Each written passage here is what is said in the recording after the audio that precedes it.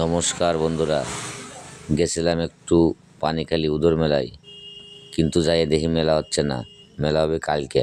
আমরা ভুল করে আগের দিন চলে আসি।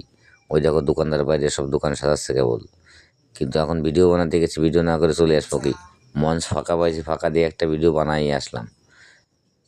এত ঠান্ডা, ঠান্ডার ভিতরে জামা প্যান্ট খুলে ভিডিও বানালাম। জামা প্যান্ট খুলে না, মানে হচ্ছে ওই জামা খুলে সোয়েটার মেটার খুলে, গরম লাগতেছিল জম্বের। নাচার পরে কী করবো, সব গাইদে টাইদে মেলা হচ্ছে না, এখন ভিডিও বানাইয়ে তারপর চলে আসলাম বাড়ির দিকেই।